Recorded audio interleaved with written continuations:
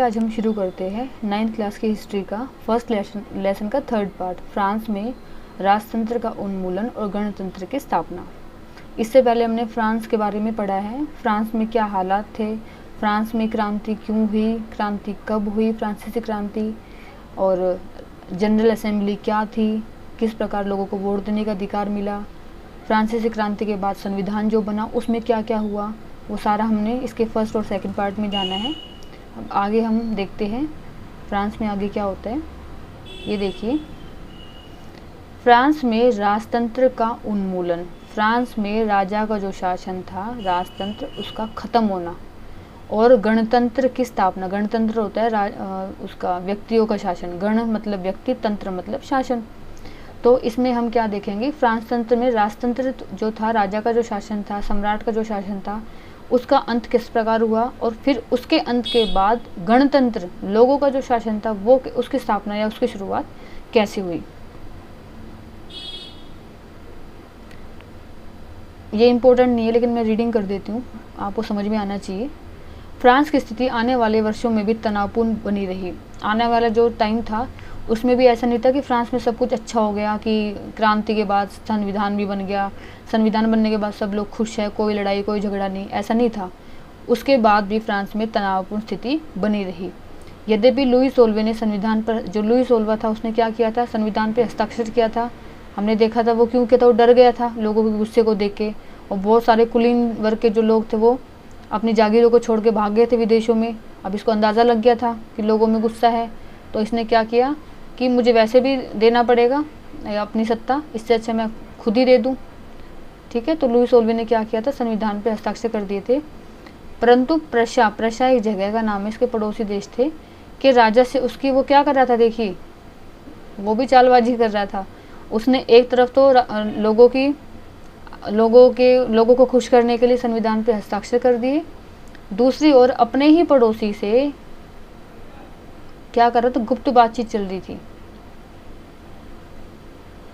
कि भाई मैं तो बड़ा परेशान हूँ, अब तुम ही मेरी मदद कर सकते हो। फ्रांस की घटनाओं से अन्य पड़ोसी देशों के शासक भी अब उनको देख के कि फ्रांस में सम्राट की ऐसी हालत हो गई, उसकी सत्ता छीन ली, उसकी शक्ति छीन ली और संविधान बना दिया, और जो शक्तियाँ है वो 3 जगह बांट दी, विधानमंडल, कार्यपालिका और न्यायपालिका में। तो जो पड़ोसी देश थे, वो उनके जो शासक थे, राजा थे, वो भी घबरा गए थे कि आज ये हाल इसका हुआ है, कल हमारा भी हो सकता है। इसलिए 1789 की गर्मियों के बाद होने वाली ऐसी घटनाओं को नियंत्रित करने के लिए इन शासकों ने सेना भेजने की योजना। अब अंदर ही अंदर इनकी क्या प्लानिंग चली कि भाई हम इसकी मदद करेंगे, किसकी, लुई सोल्वे की। जो पड़ोसी राज्य थे, देश थे, उन्होंने क्या प्लानिंग करी कि हम इसकी मदद करेंगे, अपने देशों से सेना भेज देंगे। लेकिन जब तक इस योजना पर अमल होता, अप्रैल 1792 में नेशनल असेंबली ने प्रशा व ऑस्ट्रिया के विरुद्ध युद्ध की घोषणा का प्रस्ताव पारित कर दिया। अब ये देखिए, अंदर ही अंदर क्या प्लानिंग कर रही थी लुई सोल्वे ने कि जो पड़ोसी राष्ट्र थे वो अपनी अपनी सेना भेज के इसकी मदद करेंगे। और हुआ क्या कि 1792 में जो नेशनल असेंबली बनी थी, उसने ही खुद पहले ही इन दोनों, प्रशा और ऑस्ट्रिया से कुछ याद आया क्या था, जो लुई सोल्वा था उसका जो जिससे शादी हुई थी, विवाह हुआ था, वो कहाँ की थी राजकुमारी, एंटोनियट, वो ऑस्ट्रिया की थी। तब क्या हुआ, प्रशा और जो ऑस्ट्रिया है उसके विरुद्ध पहले ही युद्ध की घोषणा कर दी, किसने, नेशनल असेंबली ने। और लोग बहुत जोश में थे, हजारों लोगों ने क्या किया, वो खुद ही सेना में भर्ती होने के लिए जमा होने लग गए, क्योंकि सब में क्या था कि हमें इन कुलीनों से ही, और जो राजा है, सम्राट है, ये जो कुलीन वर्ग है, हमें इनसे बिल्कुल, लोगों में क्या था कि हमें इससे मुक्ति चाहिए बस किसी भी तरह। तो लोग खुद ही सेना में भर्ती होने लगे जोश में आके, और देशभक्ति के वो होता ना, जब कोई सब लोग इकट्ठे होकर एक ही लाइन में चलते हैं, तो वो देशभक्ति अलग ही तरीके की होती है। लोगों में देशभक्ति की भावना बहुत जोर शोर से भर गई थी। उस समय में एक कवि आए थे, याद रखना ये नाम बहुत इंपॉर्टेंट है, आता भी एग्जाम में, कवि रोजेट दी लाइल। कवि का नाम क्या था, रोजेट दी लाइल, और उन द्वारा रचित, उन्होंने क्या लिखा था, मार्सिले। कई बार आ जाता है कि रोजेट दी लाइल द्वारा रचित पुस्तक कौन सी है, मार्सिले। मार्सिले किसके द्वारा रचित है, ये भी आ जाता है रोजेट दी लाइल। इसको मेन पॉइंट इसको नोट कर लेना। यह गीत पहली बार मार्सिलेस के स्वयं सेवियों ने पेरिस के कूच करते हुए गाया है। ये देखिए, इसलिए इस गाने का नाम, गाना जो था वो मार्सिले हो गया। और मार्सिले क्या है? फ्रांस का राष्ट्रगान भी है। फ्रांस का राष्ट्रगान क्या है? मार्सिले। याद रखना ये। मार्सिले किसने लिखा? रोजेट डी लाइल। और अब ये क्या है? फ्रांस का राष्ट्रगान है।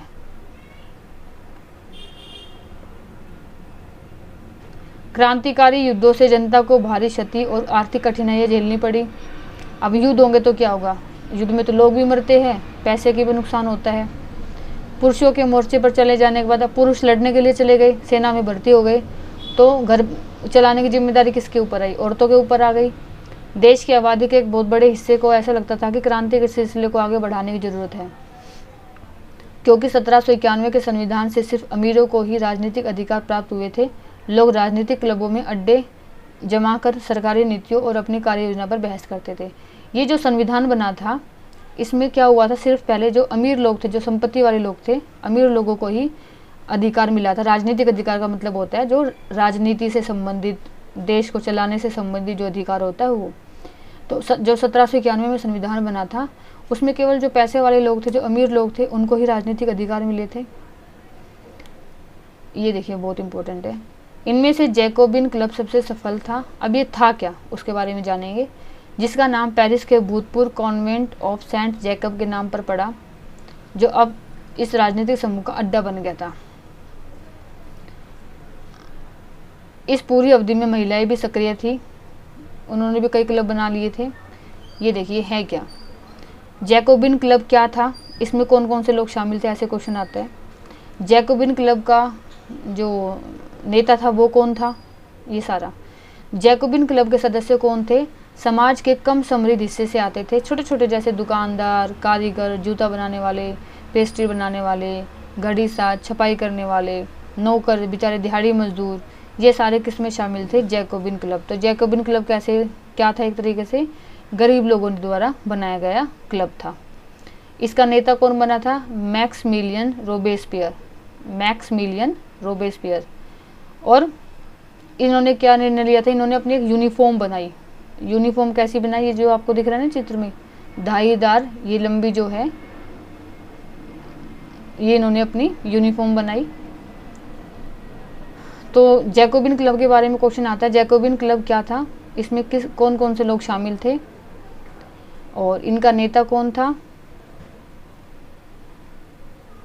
लंबी पतलून पहनने का निर्णय किसने किया था? ये सारा।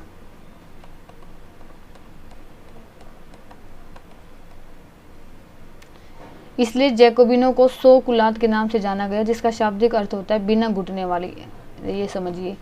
इससे पहले क्या होता था, वहाँ के जो अमीर लोग होते थे, जो उनका मेन पहनावा होता था, वो क्या करते थे? ये देखिए, यहाँ तक, घुटनों तक के कपड़े पहनते थे। इन्होंने अपनी यूनिफॉर्म बनाई पूरी नीचे तक ढकी हुई। इनको नाम दिया गया इसकी वजह से,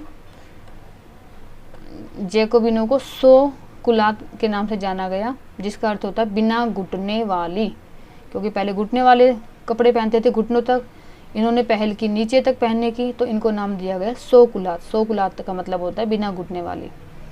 100 कुलात। पुरुष लाल रंग की टोपी भी पहनते थे।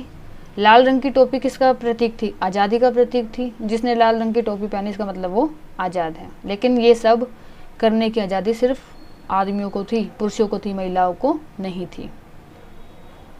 ये भी इम्पोर्टेंट है।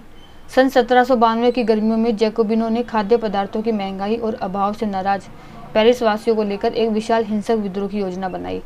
जैकोबिनों ने क्या किया? 1792 ईस्वी में जो बार बार पाव रोटी की कीमत बढ़ रही थी, लोगों की जो डेली यूज़ करने की चीज़ें होती है, खाने पीने की होती है, उनके दाम बढ़ रहे थे, कीमत बढ़ रही थी उनकी, तो इसका विरोध करने के लिए उन्होंने क्या प्लानिंग करी पहले। और 10 अगस्त की सुबह उन्होंने टुरेलिए के महल पर, जो टुरेली महल था, उस पर एकदम से धावा बोल दिया। जो राजा के रक्षक होते हैं, जो बाहर खड़े होते हैं महल के बाहर, उनको मार डाला। और राजा को देखो कितना जोश आ गया उनमें। खुद राजा को भी कई घंटों तक बंधक बना के रखा, किडनैप कर लिया राजा को भी। बाद में असेंबली ने शाही परिवार को जेल में डाल देने का प्रस्ताव पारित किया। और बाद में असेंबली ने क्या पारित किया प्रस्ताव, जो शाही परिवार था उसको पूरे को ही जेल में डाल देने का प्रस्ताव पारित किया। नए चुनाव कराए और नए चुनाव में फिर कुछ परिवर्तन आया। पहले 25 वर्ष था, अब क्या था 21 साल की उम्र वाले सभी पुरुष। पहले तो ये था कि वो 3 दिन का टैक्स देते हो, 3 दिन की मजदूरी के बराबर। अब क्या कर दिया, 25 साल से उम्र कर दी 21 साल, और चाहे संपत्ति हो या ना हो, मतदान देने का अधिकार दे दिया।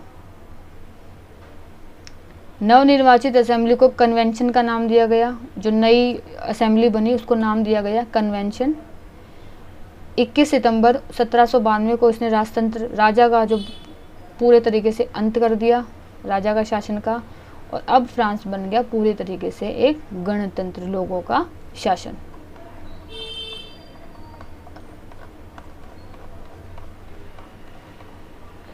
लुई जो 16वां था, राजा का शासन का कैसे अंत हुआ, ये देखिए।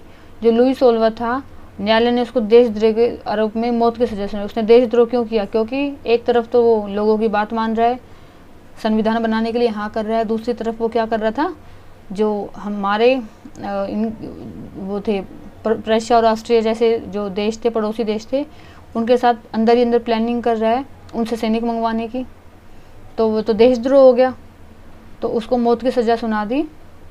और ये देखिए 21 जनवरी 1793 को, बहुत बड़ी बात है, 21 जनवरी 1793 को खुद राजा को ही सबके सामने प्लेस डी लॉ कॉनकॉर्ड में उसको सबके सामने फांसी दी गई। और आगे जाकर उसकी जो पत्नी थी ऑस्ट्रिया की थी, जो मैरी एंटोइनेट, उसका भी वही हाल हुआ। इसका मतलब उसको भी आगे जाके फांसी दे दी। अब राजा ही खत्म, रानी खत्म, तो क्या हुआ, राजतंत्र का अंत। और किसकी स्थापना हुई, गणतंत्र की स्थापना हुई। आतंक, आतंक का मतलब क्या होता है, आतंक राज्य, भय, डर, लड़ाई झगड़ा, इसकी शुरुआत। सन 1793 से 1794 तक के काल को आतंक का युद्ध कहा जाता है। इसमें से आता है कई बार क्वेश्चन कि आतंक का युद्ध कब, आतंक का युग कब से कब तक है, 1793 से 1794, या 1793 से 1794 तक के काल को क्या कहा जाता है, आतंक का काल। अब ये क्यों कहा जाता है, क्यों, जो ये रोबेस्पियर आया था, जो जैकोबिन क्लब का नेता बना था, लोगों को बड़ी उम्मीद थी इससे, और लोगों को लगता था कि ये कोई बिल्कुल मसीहा आ गया, अब हमारे देश में सब कुछ बहुत अच्छा होगा, बहुत सही चलेगा। लेकिन हुआ क्या, इसका उल्टा। इसने क्या किया, इसने बहुत सख्त नीति अपनाई। उसके हिसाब से जो भी गणतंत्र के शत्रु थे, चाहे कुलीन था, चाहे पादरी वर्ग का था, और अन्य राजनीतिक दलों के सदस्य थे, या फिर उसकी जो कार्यशैली से, जो उसके काम करने के तरीके से सहमति नहीं रखते थे, उन सबको जेल में डाल दिया और उन पर मुकदमा चला दिया। एक क्रांतिकारी न्यायालय के द्वारा मुकदमा चला दिया गया। जो भी दोषी मिलता था उसको वो गिलोटिन, एक मशीन थी, उस मशीन के बीच में सर दिया जाता था और सर को बिल्कुल धड़ से अलग कर दिया जाता था। और मशीन का जो आविष्कार था वो, उसके गिलोटिन किसके नाम पे रखा गया नाम, इस मशीन का जिसने आविष्कार किया था गिलोटिन, डॉक्टर गिलोटिन, उसके नाम पर इसका नाम रखा गया। अब देखिए ये कितना क्रूर शासक था कि जो उसकी बात नहीं मानेगा उसको क्या करेगा, वो गिलोटिन पर उसको चढ़ा के उसके सर को धड़ से अलग कर देता था।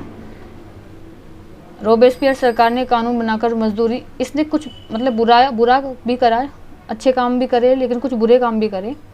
रोबेस्पियर सरकार ने कानून बनाकर मजदूरी और कीमत बढ़ी जा रही थी खाने पीने की चीज़ों की, उसकी राशनिंग कर ली। गोश्त होता है चिकन, और पाव रोटी होता है जब वो उनका मुख्य भोजन है फ्रांस के लोगों का, उसकी राशनिंग कर दी थी, उसकी कीमत कम कर दी थी। किसानों को अब क्या था, अपना अनाज शहर में ले जाकर जो सरकार उसकी कीमत तय करेगी उसी पर बेचने के लिए बाध्य किया गया। ऐसा नहीं था कि वो अपनी मर्जी से अपने अनाज को महंगा बेचेंगे, नहीं, जो सरकार रेट तय करेगी वही किसानों को उसी कीमत पे अपना अनाज बेचना पड़ेगा। महंगे सफ़ेद आटा जो था उस पर रोक लगा दी, जो अमीर लोग खाते थे सबके लिए एक जैसा आटा जरूरी कर दिया खाना, साबुत गेहूं से बनी और बराबरी का प्रतीक माने जाने वाली समता रोटी थी सबके लिए बराबर, उसके वो अनिवार्य कर दी। बोलचाल और संबोधन में बराबरी का आचार व्यवहार लागू करने की मतलब कोशिश की कि लोग सब अपने आप को बराबर समझे, सबके साथ बराबरी का बर्ताव हो। परंपरागत मानस्यूर एवं मदाम के स्थान पर अब सभी फ्रांसीसी पुरुष और महिलाओं को सितोयेन नागरिक एवं सितोयीन नाम से संबोधित किया गया। पहले मॉन्स्यूर और मदाम जो नाम थे पुरुषों और महिलाओं के लिए फ्रांस में ये शब्द यूज़ होते थे, अब वो उसको चेंज कर दिया। क्या बोलते थे? आदमियों को बोलेंगे सितोयेन और महिलाओं को नहीं, महिलाओं और पुरुषों को सितोयेन और सितोयीन के नाम से, मतलब किसी को सितोयेन और किसी को सितोयीन, ऐसे ऐसे, जैसे पुरुषों को सितोयेन, महिलाओं को सितोयीन बोला जाने लगा। और जो चर्च थे वो बिल्कुल बंद कर दिए, जहाँ पे पादरी रहते थे, और उनको चर्च को बंद करके उनको दफ्तर बना दिया। अब ये इतना कठोर शासक था कि इसके द्वारा हर जगह इसने हर नीति को इतनी सख्ताई से लागू किया कि लोग बहुत परेशान हो गए थे। और क्या हुआ, 1794 में न्यायालय द्वारा उसे दोषी ठहराया गया और सबसे पहले क्या किया गया, उसको गिरफ्तार करके अगले दिन सबसे पहले उसको ही गिलोटिन पर जहाँ वो सजा देता था लोगों को, बीच में सर रख के धड़ से अलग कर देता था, इसका अंत भी उसी मशीन से हुआ।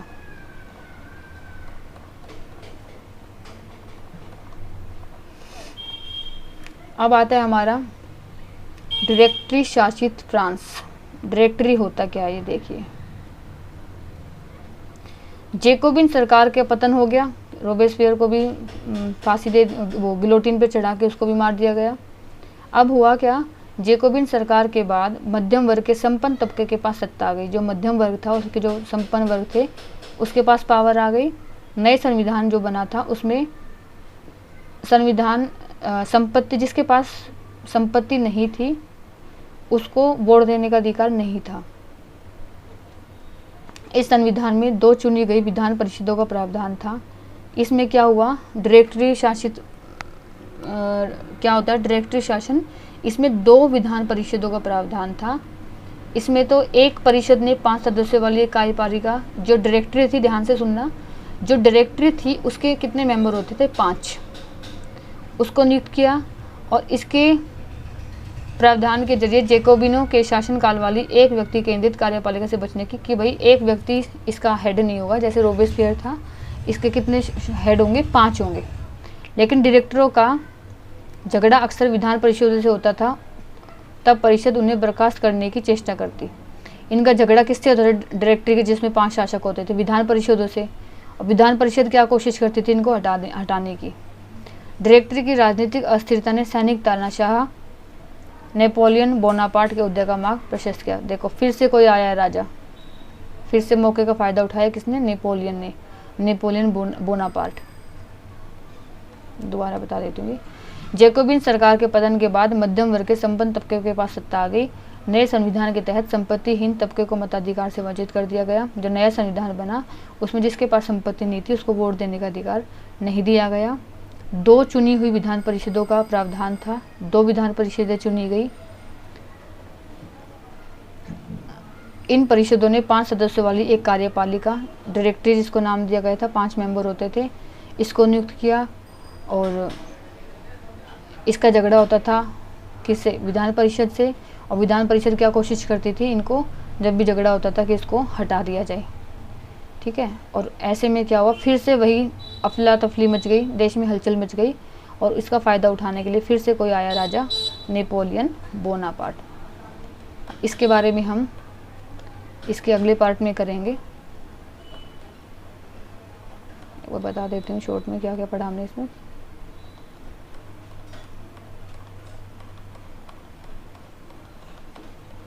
ये देखिए हमने इसमें देखा फ्रांस में किस प्रकार राजा का अंत हुआ, गणतंत्र की स्थापना हुई। इसमें पहले हमने पढ़ा कि जब फ्रांस में लुई 16वां जो था वो क्या कर रहा था, एक और तो उसने संविधान बनाने के लिए आदेश दे दिया कि बना लो संविधान, मैं सम्राट संविधान के अनुसार ही कार्य करूँगा। दूसरी ओर वो अंदर ही अंदर प्लानिंग कर रहा है अन्य देशों से बात करके सेना मंगवाने की। उससे पहले ही क्या हुआ, जो नेशनल असेंबली थे उसने युद्ध की घोषणा कर दी, ठीक है। और उसके बाद एक कवि आए रोजर डी लाइल, उन्होंने एक किताब लिखी मार्सिले, और ये आगे जाके क्या बना, फ्रांस का राष्ट्रगान बना। फिर इस स्थिति में क्या हुआ, लोगों के जो थी आर्थिक कठिनाइयों का सामना करना पड़ा। पाव रोटी की कीमत बढ़ गई लोगों की, क्योंकि जनसंख्या बढ़ रही थी और देश में कभी कोई आ रहा है, कभी कोई शासन बन रहा है, तो इस वजह से स्थिरता नहीं थी, मतलब अस्थिर माहौल था। ऐसे में क्या हुआ, गरीब लोगों ने एक क्लब बनाया जिसको नाम दिया जैकोबिन क्लब। इसमें बहुत सारे गरीब लोग शामिल थे। इन्होंने अपने यूनिफॉर्म डिसाइड की, लंबी धारे वाली पूरी वो लंबी पतलून पहनने का। इनका नेता था जो वो था रोबेस्पियर। रोबेस्पियर ने क्या किया, इन्होंने बहुत क्रूर शासक बनाए। लगता तो ये था कि ये शासन में आने के बाद बहुत अच्छा काम करेगा, लेकिन इसने क्या किया, जो भी नीति बनाई बहुत सख्ती से अपनाई। दंड देता था लोगों को, जो दोषी मिलता था उसको गिलोटिन पे चढ़ाकर उसका सिर कलम कर देता था। और इस वजह से क्या हुआ, लोग इससे भी परेशान हो गए। इसने कुछ अच्छे काम भी किए थे, जैसे रोटी की कीमत कम हो गई थी, राशनिंग कर दी थी, किसानों को ये बोला था कि तुम अपनी मर्जी से महंगा अनाज नहीं बेचोगे। उनको क्या करना होता था, सरकार जो कीमत तय करती थी उसी कीमत पर अनाज बेचना पड़ता था। समता रोटी जिसका नाम दिया गया। लेकिन और इसने क्या किया, जो चर्च वर्च थे वो सब बंद कर दिए, उसको ऑफिस बना दिया। लेकिन ये क्रूर था तो लोग इससे डर गए थे, लोगों में बहुत त्राही त्राही हो गई थी, बहुत परेशान थे इससे। और लास्ट में आके क्या हुआ, इसको भी गिलोटिन पर चढ़ा के इसको भी मार दिया गया। फिर डायरेक्टरी शासित फ्रांस आया। डायरेक्टरी शासन का मतलब क्या था, एक डायरेक्टरी एक सभा बनी जिसके मेंबर होंगे पाँच सदस्य होंगे। कार्यपालिका थी एक तरीके से, और दूसरी थी, दो थे, एक तो कार्यपालिका एक विधानपालिका। जो कार्यपालिका थी उसको डायरेक्टरी नाम दिया गया जिसके 5 मेंबर होते थे, और एक थी विधान परिषद। तो इनका भी आपस में झगड़ा होता रहता था, और जो डायरेक्टरी के लोग थे जो 5 मेंबर थे उनका झगड़ा विधान परिषद से होता था, और विधान परिषद क्या कोशिश करती थी उनको हटाने की, बर्खास्त करने की। ठीक है, अब ऐसा माहौल बन गया था कि फिर से लोगों में डर पैदा हो गया था, फिर से अस्थिरता पैदा हो गई थी। तो अब क्या हुआ, जो नेपोलियन बोनापार्ट था उसने क्या की कि भाई अब ऐसे जो स्थिति फ्रांस में है, ऐसे में उसने मौके का फ़ायदा उठाया और आगे जाके वो सम्राट बना। तो ये हमारा ख़त्म होता है यहीं पर। इस लेसन की जो वीडियो है वो भी, इसका लिंक भी नीचे डिस्क्रिप्शन में दिया गया है, आप वहाँ से डाउनलोड कर सकते हैं। चैनल को सब्सक्राइब करिए जिससे कि आगे जो भी मैं वीडियो बनाऊँ उसका नोटिफिकेशन आप तक आ जाए।